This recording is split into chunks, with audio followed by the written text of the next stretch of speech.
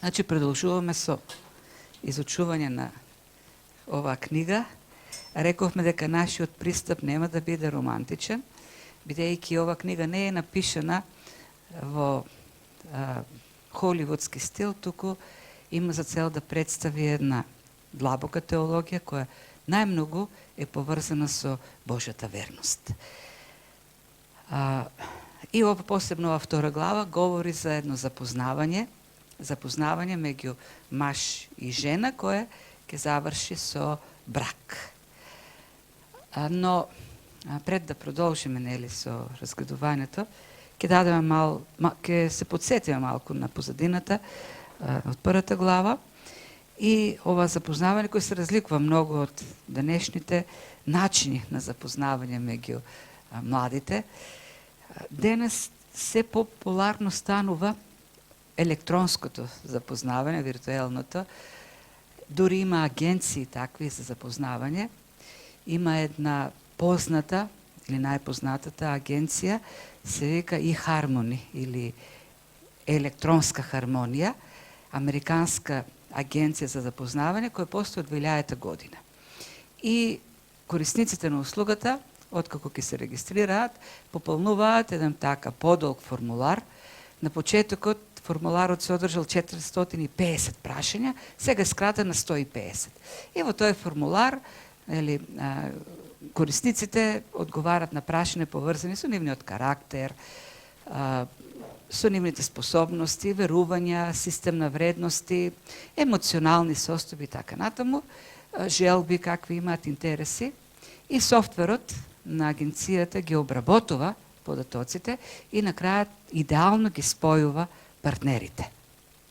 И обично секој време има околу 10 милиони корисници, а самата компанија книжи профити од по неколку стотини милиони евра.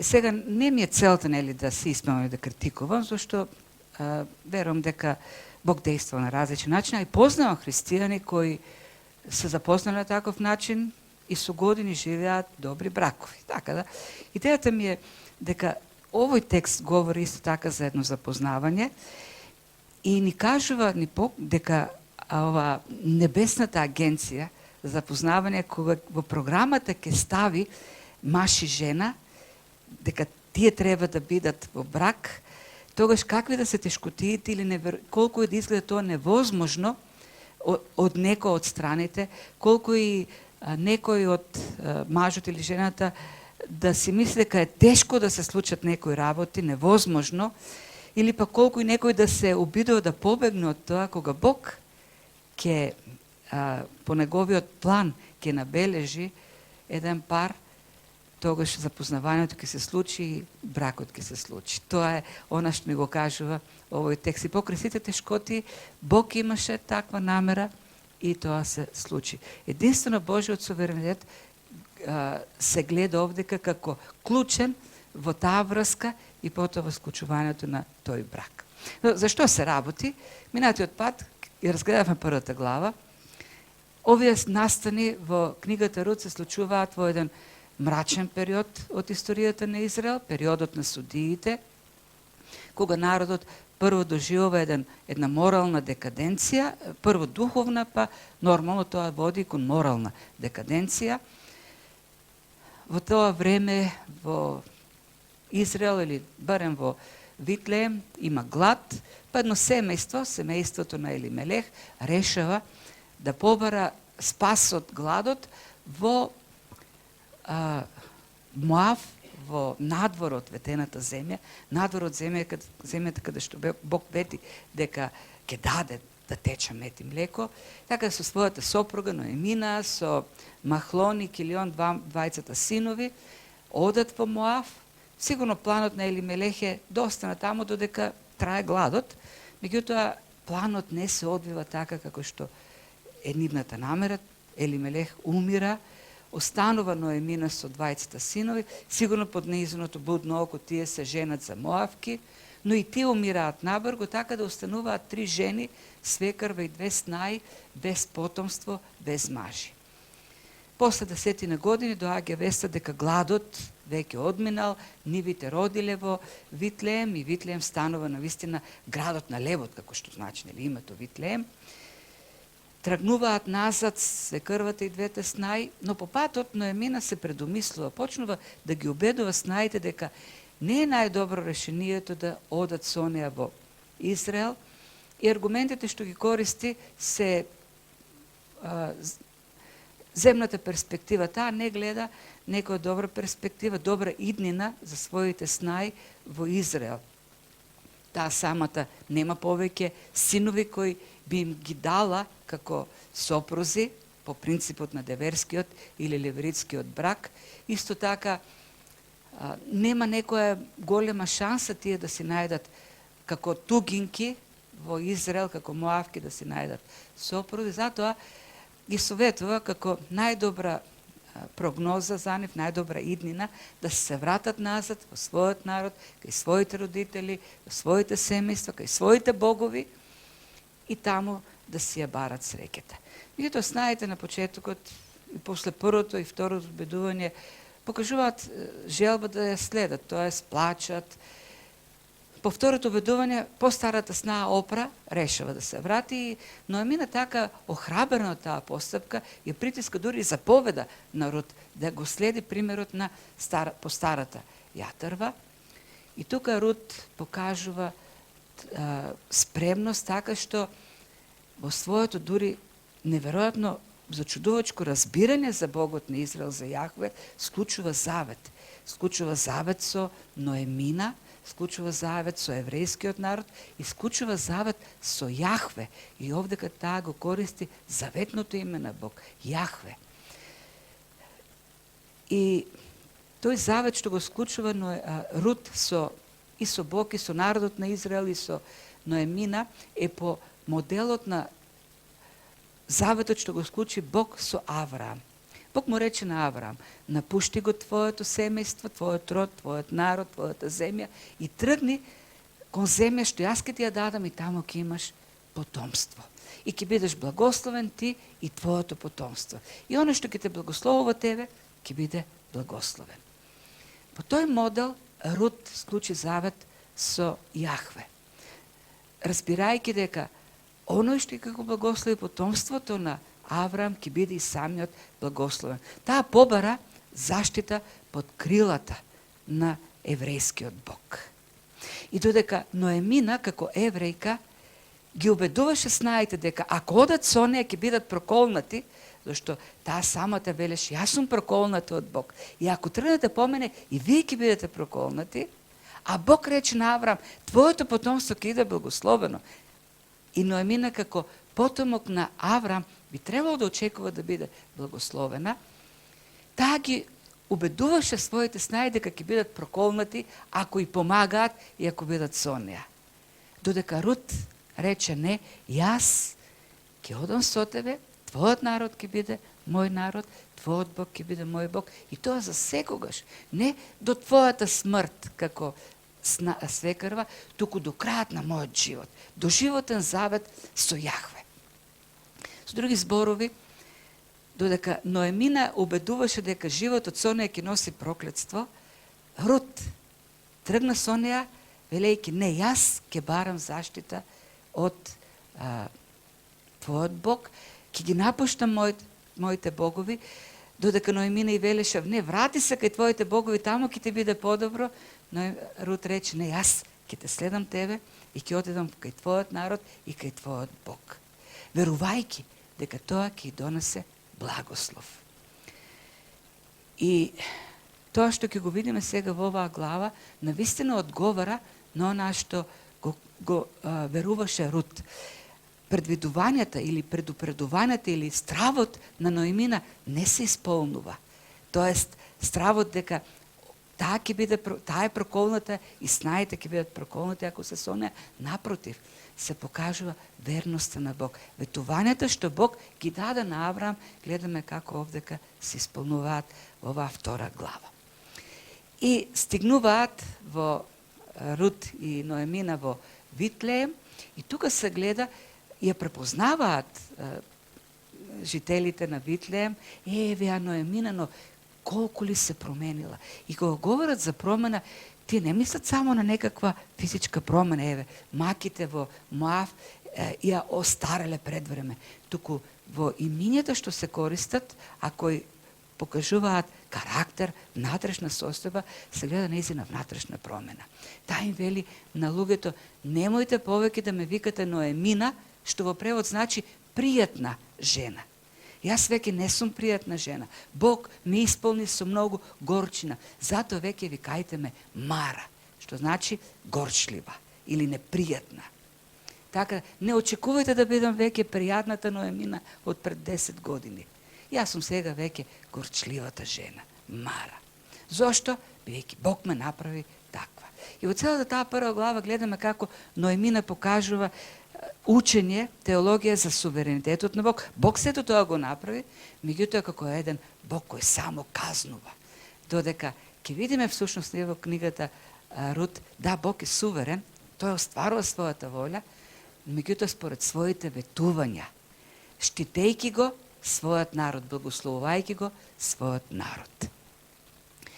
И така завршува првата глава со една навидум незначителна забелешка, дека тие стигнуваат точно во време на жетвата на јачменот, кое не е така незначително, многу клучно се покажува тоа време, или тој тајминг на враќањето на Ноемина и Рут во Витлеем. Ајде да го видиме сега. Така, ја прочитавме втората глава, меѓутоа верувам дека има потреба да поминеме уште еднаш преку неа, за да ги видиме, да видиме зашто всушност станува нели збор. Уште на самиот почеток, првиот стих на втората глава е запознавањето со Воос или Боаз. Воос ни е представен како близок роднина на Ноемина, тоест на Елимелех, мажот на сопругот, починатиот сопруг на Ноемина. Не ни се кажува дека е брат, но близок роднина значи дека е, понатаму Ноемина ќе каже дека е многу близок роднина, најверојатно прв браточет од тој ред на родство. И сега кога го читаме ова, тој почеток е за да нас запознае нас, но ние треба да имаме во превод дека Рут не го знае тоа се уште. Рут не ја читала книгата Рут и таа не знае дека Воос е роднина на Ноемина, тоест на Елимелех, на незиниот свекор. Видите како е напишено во еден паралелизам, градивен паралелизам. Тука има малку и поезија. Првиот и третиот стих означуваат, укажуваат на едно исто нешто. Првиот стих не запознава со самиот Воос, а додека третиот стих не запознава со тоа чија е нивата каде што Рут оди да работи, дека тоа е нивата токму на Воос. И нас не би требало, кога веќе ќе стигнеме до третиот стих, не би требало да не зачуди зошто Рут токму таму попаднала. Така имаме прв стих кој не запознава со Воос, вториот стих решението на Рут да оди да работи, бидејќи се гладни, немаат ништо за јадење, а е време на жетва, на јачмен. Ноемина одобрува да оди и третиот стих ни кажува, таа веќе кулминацијата, имаме едно градивност, дека таа стигна точно или ја најде точно нивата на Воос. Сега тука другото нешто што е интересно, дека Рут е таа што ја превземе иницијативата, таа вели на својата свекрва, додам да работам, да барам работа. Но Емина вели, оди керко, оди да работиш и отиде, почне да собере на една нива, малку понатаму ќе видиме дека таа го прашала главниот, оној што е како управник на слугите, управник на жетварите, дали може да работи и добила дозвола да работи. И така завршува тој увод, отварањето на сцената на втората глава. Нашето запознаване со Воос, додека во втората сцена, вториот чин, ќе го видиме запознавањето на Рут и Воос. Рут почна работи таму и доаѓа Воос. Веќе во четвртиот стих на сцената се појавува главниот јунак Воос, доаѓа на нивата и забележува една млада жена. И не случајно прашува, чија е таа жена, зашто не во тоа време младата жена треба да има или татко, или брат, или сопруг. Едноставно не може да биде сама млада жена, треба да живее со некого. Непозната и обстава тоа прашање чија е онаа жена, онаа млада жена. И се интересно е начинот на кој пристапува овдека, уште кога доаѓа, тој ги поздравува сите на нивата, жетварите, настојниците и така натаму. Господ со вас, или Господ да биде со вас. И овдека повторно е употребено заветното име на Бог, Јахве. Јахве да биде со вас. Пак да имаме во предвид еден момент, дека ова е време на духовен пат на Израел. Знаеме од последните глави на Суди, а ово настане од точно времето на последните глави на Судии. Завршува периодот на судиите и доаѓа периодот на царевите. Ке видиме на крајот во родословието дека всушност меѓу Воз и Давид има само 2 генерации. Или Воз е прадедо на Давид. Рут е прабаба на Давид. Јесеј е внук на таткото на Давид, е внук на Воз. Така да тоа е крајот на периодот на судиите, кој опишем во последните глави на Суди, каде што има еден страшен духовен морален пат. И во такво време ние гледаме на човек кој говори за заветниот Бог Јахве. И тоа е големата разлика, јас ќе правам паралели меѓу книгата Рут и книгата Естир, која во проповедите се представува како многу романтична книга, во која и Мардохеј и Естир се представуваат како едни големи, смирени, покорни на Бог верници. Воопшто не е така. Никаде во книгата Естир ние нема да видите ваков поздрав. Никој не се поздравува така. Туку уште на почетокот, првото нешто е Јахве да биде со вас. И сите тие му одговараат, нека те благослови Јахве. И тоа е разликата. Најдете некаде во книгата Естир Мардохеј да благослови некого. Таму има само конспирации во стилот на 1001 ноќи. Тоа е книгата Естир. Додека овдека гледаме теологија на верност кон заветниот Бог. Додека тие таму во Персија, евреи кои решили да останат во Персија, наместо да се вратат назад во ветената земја, бидејќи Бог веќе им даде можност да се вратат во Ерусалим, во Јудеја, некои евреи решија да останат во Персија. Ние гледаме после 100 години тие луѓе, додека нивните сонародници во Ерусалим се мачат да го градат храмот, ѕидовите на градот и војуваат со едната рака, држат меч, со другата градат, овие тука евреи кои останале во Персија сосема и заборавиле на заветниот Бог. И затоа ниту еднаш во целата книга не се спомнува зборот Бог. Ниту еднаш го нема во книгата Естир. А па камо ли да има благослови? Како и да е. Та гледаме еден човек прво кој живее со сознанието за заветот со Јахве. И поната и прашува, нели, за која таа жена, млада жена, објаснува управникот или надгледувачот на жетварите кој е. Тоа е Моавката, она што дојде со Ноемина, и она што го кажува и се покажа како добра работничка. Тоа малку оди дома, всушност значи прави малку паузи. Малку се одмара, работи. Од кога дојде, тоа уште рано дојде. Прва што дојде, работи, вредно работи. И Воз, овдека гледаме од тука натаму, зазима еден заштитнички однос кон Рут. Пак ќе кажем овдека, нека гледајте тоа романтично, преку призмата на холивудските филмови.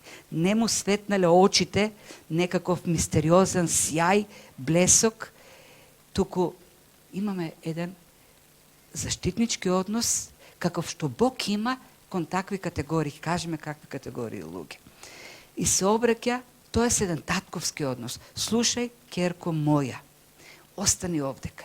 Ке кажеме нешто повеќе за ситуацијата на Рут како млада, тугенка Моавка, непријателка на еврејскиот народ. Таа е Моавка. Моав и евреите се во војна, не се сакаат. Таа е млада, вдовица, не припаѓа на никого и е во таква непријателска земја. И во си вели, сега ти ке си седиш овде, биди покрај жетварките, а пак на жетварите им вели, нема да ја закачате, јас ја штитам нејзе, и дури и вели, и кога ќе ожедниш, оди таму кај што ја црпат водата, кај што е најладна водата, не таму каде што стоала под сонце во ќуповите, во садовите, таму уште кај изворот. Јас ке им кажам, слугите што ја вадат водата, да ти дават да пиеш вода. Тоест, покажува така некаква зачудувачка, невообичаена грижа за Рут. Една тугинка не е вообичаено да добие такво внимание. Личност како Рут. И затоа Рут така реагира во втората сцена. И вели, со што заслужив толкова милост во твоите очи, па ме примаш иако сум тугинка. И тоа не било каква тугинка, Моавка. Не знам каков да го спорам тоа. Например, има македонец кој е влијателен, и ќе видим овдека, ќе кажеме нешто за уште во првиот стих како е представен Воз, како угледен, авторитетен, богат човек. Човек од високата класа. И овдека доаѓа личност која од најниската класа. Македонец, не знам од кај, со друга боја на кожата, некоја жена, која е презрена во очите на еден македонец, така, од повисоката класа. Меѓутоа, Воз покажува невообичаено внимание. И затоа Рут е зачудена и вели, со што сум заслужила, јас тугинка, да добиам таква милост, такво внимание од тебе. И Воз рече, јас сум запознаена за тебе.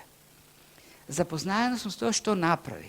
Знам дека од кога почна твојот маж, ти се грижиш за мојата роднина Ноемина, и знам нешто друго, дека ти реши да го напуштиш твојот народ, да го напуштиш твојот Бог и да дојдеш овдека и овој тук народ да стане твој народ и да побараш закрила кај нашиот Бог, кај Јахве ти бараш закрила. И еве, Бог ти ја дава закрилата. Овдека гледаме ова заштита што ја нуди сушност Воз. Воз го знае заветот со Авраам Бог ја. И знае што ветил за оние што го благословуваат Авраам. И тој не чека од небото да падне заштитата, тој ја нуди таа заштита што Бог ја ветил. Дојде под крилјата на Јахве, еве ти ја заштитата на Јахве.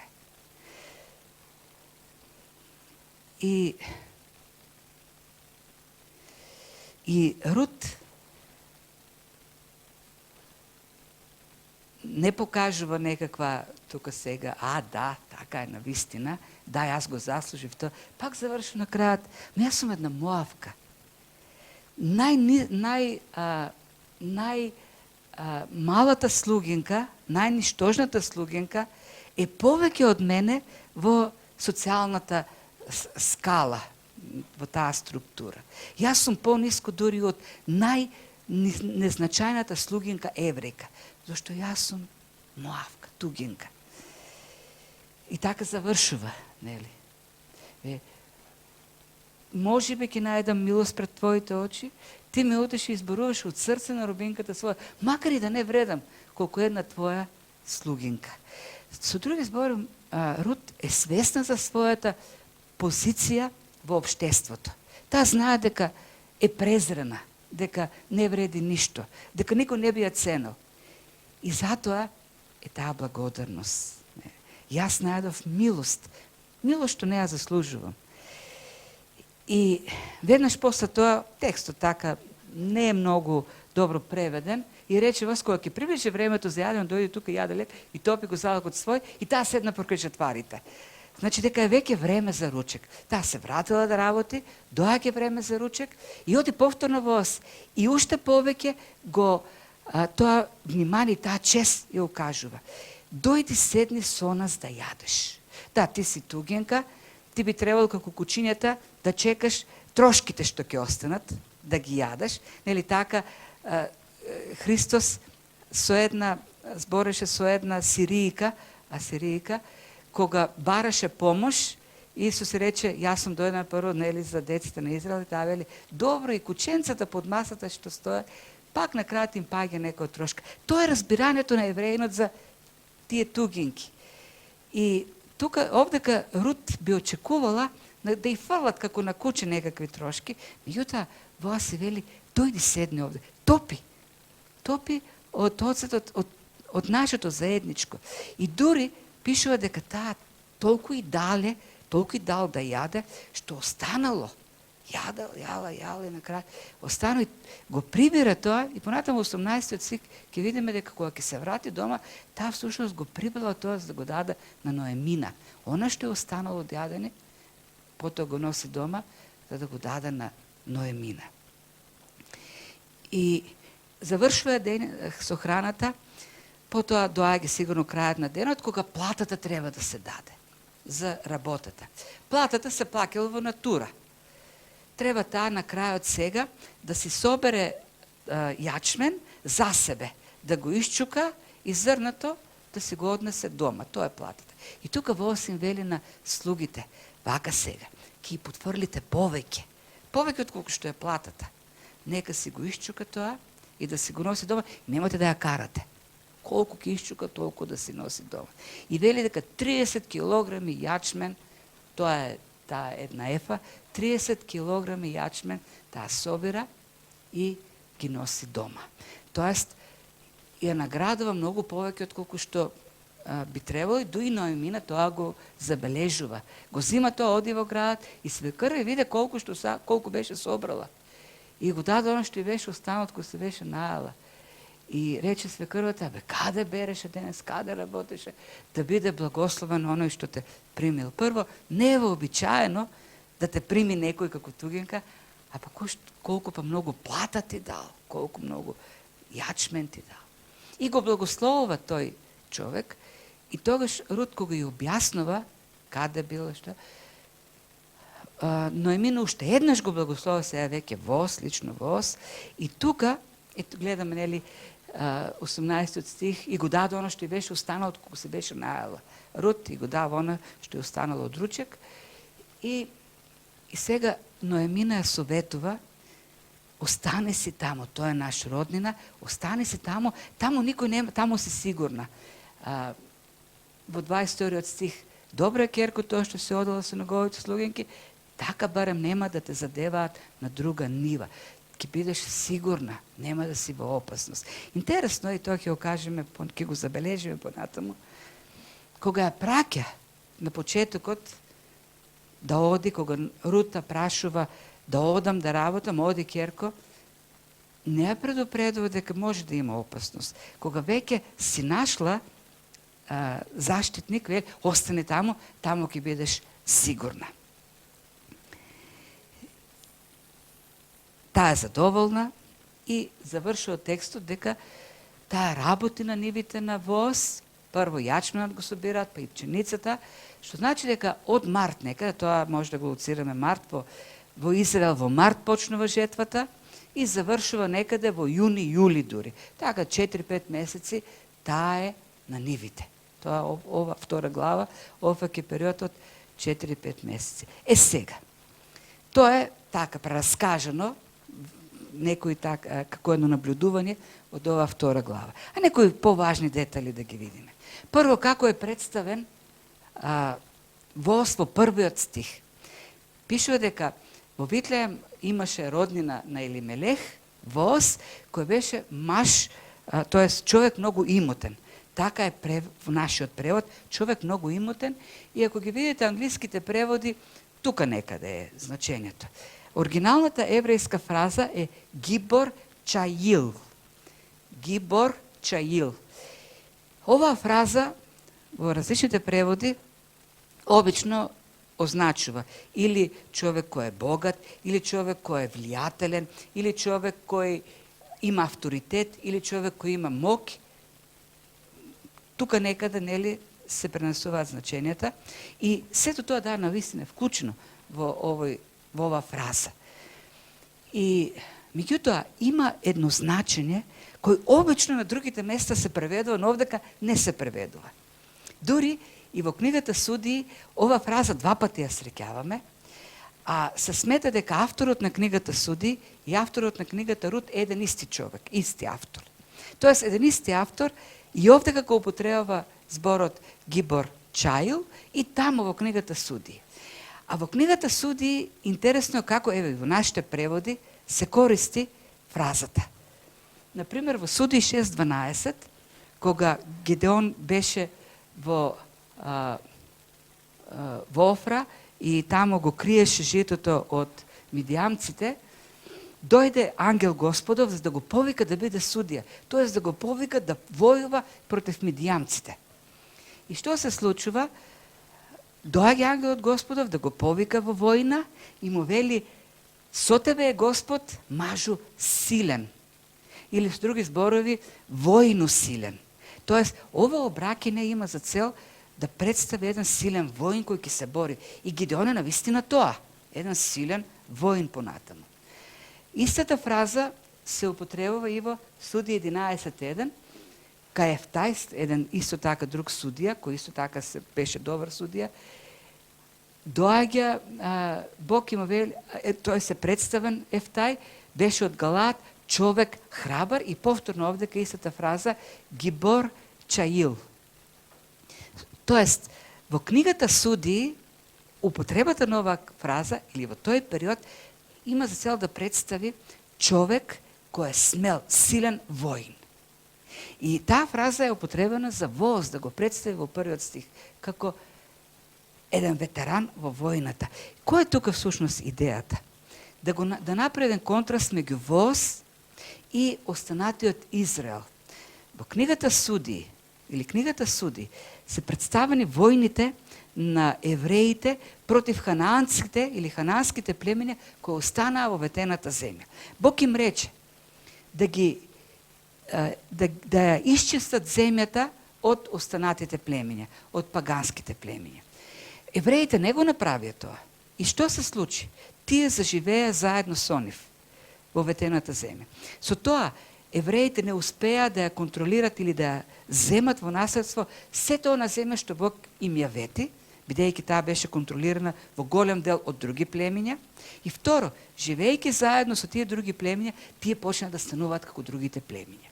И ние го гледаме тоа на крајот на книгата Суди, како морално паднаа во блудство, во неморал. И тука гледаме еден човек кој како судиите, добрите судии во книгата Суди, во тој историски период на еврејскиот живот, имаме еден човек воз, кој е ветеран, кој војува, кој е смел, кој е полн со ордени, војувајќи за онаа земја што Бог им ја вети, кој го следи заветот со Бог. Бог им даде насоки за земјата и тука гледаме човек кој е смел, војува за таа земја. И не е чудо тој да биде и имотен, добар земјоделец, да има имот, и не е чудо што има и авторитет, и е мокен, влијателен. Зашто сите тие нешта се уфатени во фразата Гибор Чаил. Сето тоа го е означено. И тука имаме еден контраст меѓу Елимелех и воз. Кога дојде гладот во Витлеем, што направи Елимелех? Отиде во Моав, побара спас од гладот во земјата на моавците, кои беа непријатели на Израел.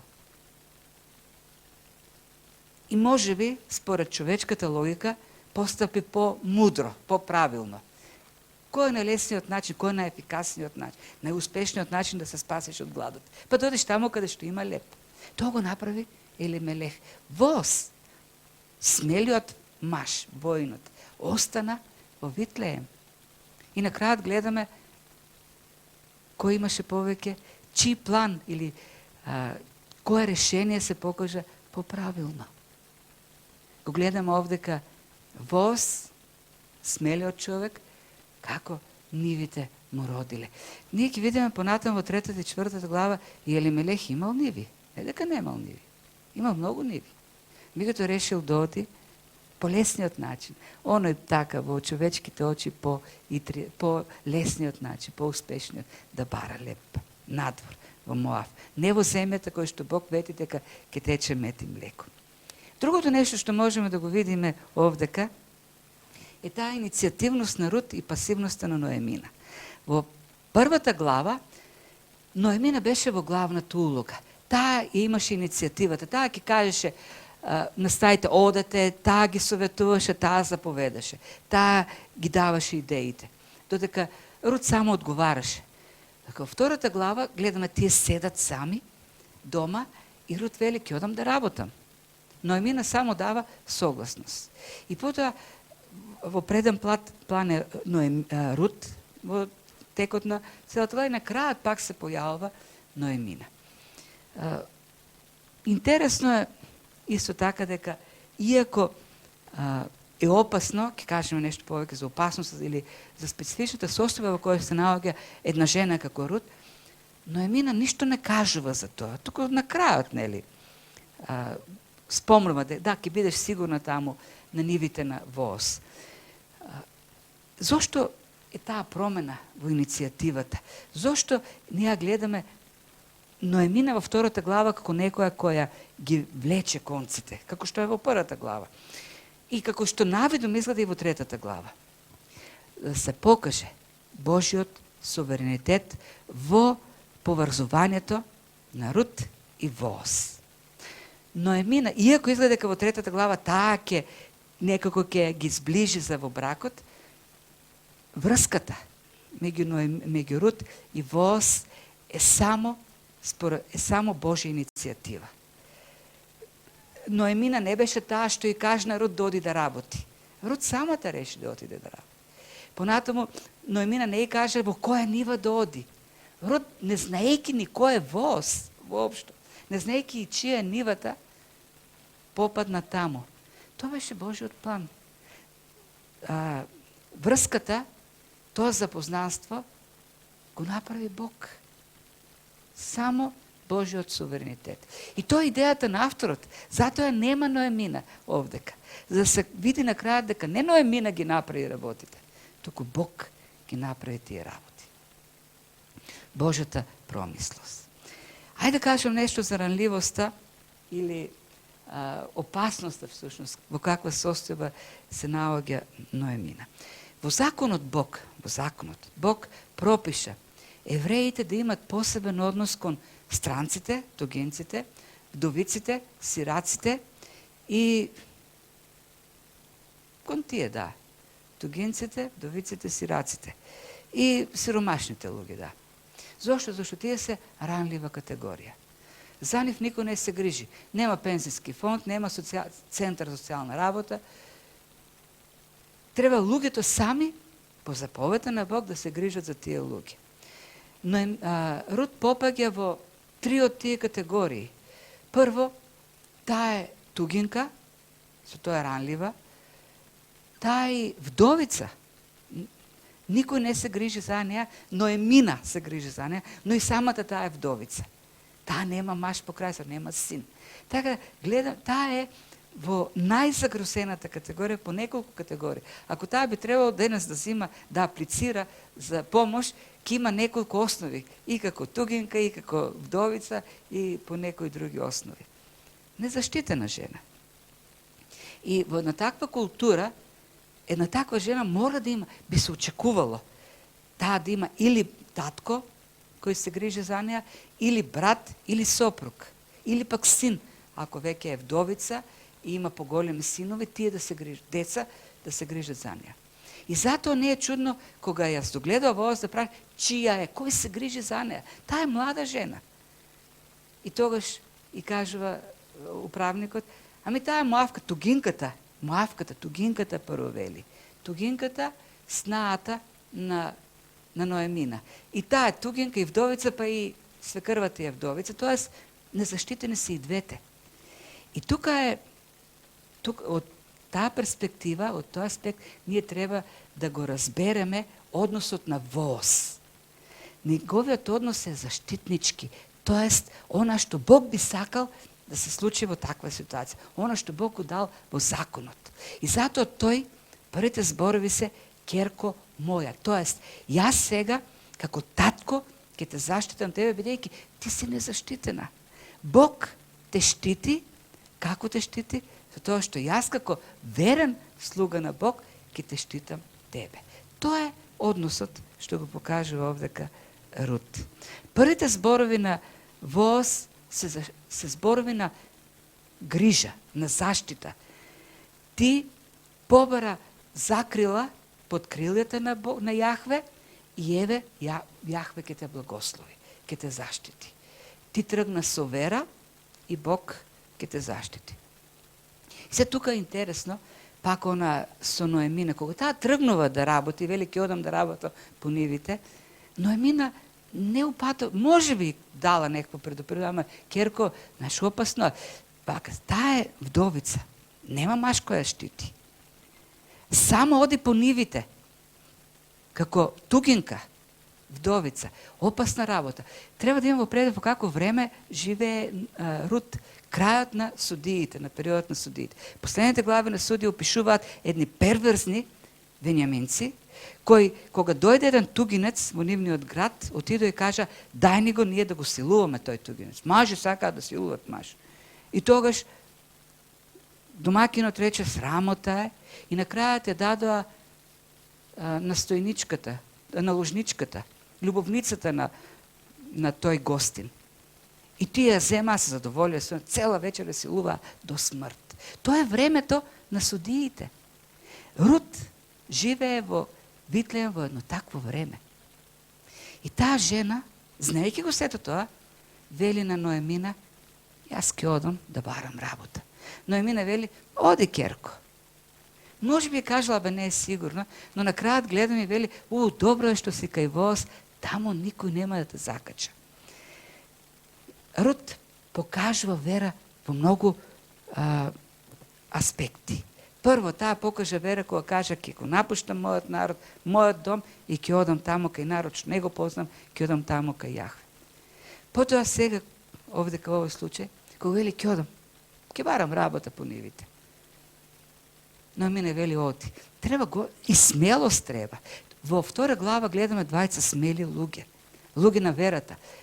Таа смелост доаѓа од верата, од што ќе дојде. И од верноста кон Бог. Смелоста на Воз да остане во Витлеем и да се бори како смел војник за земјата, и смелоста и верата на Рут, која тргнува и излегува. Зошто? Јас побарав помош или заштита од Јахве и ќе тргнам зашто верувам дека Јахве ќе ме заштити. И тоа се гледа овдека. И така треба да се разбере постапката на Воз. Само така. Како човек на верата кој нуди заштита на една ранлива, незаштитена млада жена. Затоа, и со тоа ќе завршиме, не треба воопшто да бараме романтика во овој текст. Знам дека се чита така. И ако се направи филм на ова втора глава, холивудски или боливудски или турски, во тој момент кога Воз ќе ја здогледа, камерата ќе успори, некоја музика така, ќе се пушти и ќе најави некоја љубов на прв поглед. Не е тоа воопшто намерата на авторот. Теологијата е друга овдека. Ова глава има не за цел романтика да не представи, туку да не представи учење, доктрина за Бог, кој е суверен, кој има план да ги сближи, да ги запознае тие. Зошто?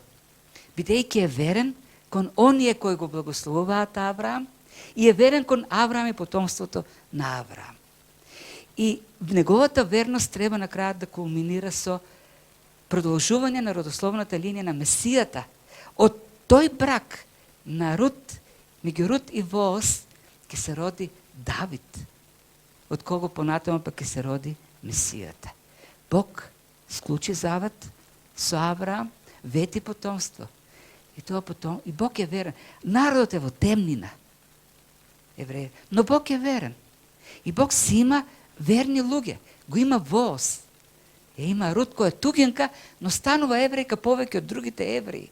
Зашто евреј не е оној што вели дека е евреин, туку оној што живее во заветот со Бог. Рут влегува во завет со Бог и живее во заветот со Бог. Денес романтиката претходи на бракот. Во древноста романтиката доаѓа после бракот. Има тука романтика, но таа е после бракот. Овдека во втора глава, Вос нема воопшто идеја дека таа жена ќе му биде, таа млада жена ќе му биде жена. Воопшто немаме идеја за некаква телесност. Ништо не се спомнува за изгледот на Рут. Ништо не гледа. Она што го опишува авторот, она што го кажува Воз за Ноемина, за Рут. Што е? Карактеристики, верност. Ти беше верна на Ноемина. Ти го напушти твојот народ. Ти побара од помош од Бог. Ти склучи завет со Јахве. Се што кажува Воз се однесува на карактерот на верноста, на верата на Рут. Нема ни еден стих, ние не знаеме како изгледа Рут. Воопшто нешто не пишува за незиниот изглед. И тука пак ќе направим разлика со Естир. Какви се описите за Естир? Дали има само една карактеристика дадено за Естир? Карактеристика ваква, како за личноста. Единствено што пишал за Естир е дека била многу убава и незината убавина ги привлекува луѓето. Таа освојува, победува на контест на надпревар за мис на Персија. И така влегува во харемот на еден ужасен, жесток персиски цар. Нема ни една карактеристика, ни една најава, ништо за карактерот на Естер. Иако, по проповеди сум слушала дека таа била покорна, послушна, мила. Од кај го заклучуваме тоа? Никаде нема во текстот. Напротив, таа се кара со незиниот твој, како видите. Тоа е додека овдека. Се што гледаме за Рут и незиниот карактер. Може би убава, не знаеме. Но не е тоа што го кажува овдека Воз. Таа е дете на Бог и треба јас да се грижам за неа. И воопшто нема некаква намера нити кај Воз дека тој татковски се однесува кон неа, а пак јас верувам и оно што можеме да го видиме овдека од самите реакции на Рут, дека таа разбира дека подолниот, најдолниот слуга во Израел. Таа го разбира тоа. Таа расчистила со надежите дека ќе има маж, сопруг во Израел. Тоа е она што го гледаме овдека. Меѓутоа, Божјата агенција, Небесната агенција, има друг план. И тој план се гледа во 3 глава. Но тоа е идејата овдека. Бог како заштитник во лицето на Воз. Бог кој ветил нешто и го исполнува. Ноемина може да кажува што сака. Може да мисли што сака за Бог. Но Бог вели, не, јас сум верен Бог. Оно што побарал закрила, под моите крилја, ќе ја добие. Ноемина тргна, Рут тргна и Бог се покажа верен. Не се исполнија стравовите на Ноемина, но се исполни ветувањето што Бог го дал. И тој се покажа како верен. Овде ќе завршиме, следниот пат ќе продолжиме да видиме некои контрасти и ќе кажеме некои работи за грижата за тугинците, за какво закуча, како некои примени, и нешто и за познанствата и некои слични работи. Тоа следниот пат, бидејќи може и сега да продолжиме, сметам дека треба да прекинеме и следниот пат ќе продолжиме со заклучоците.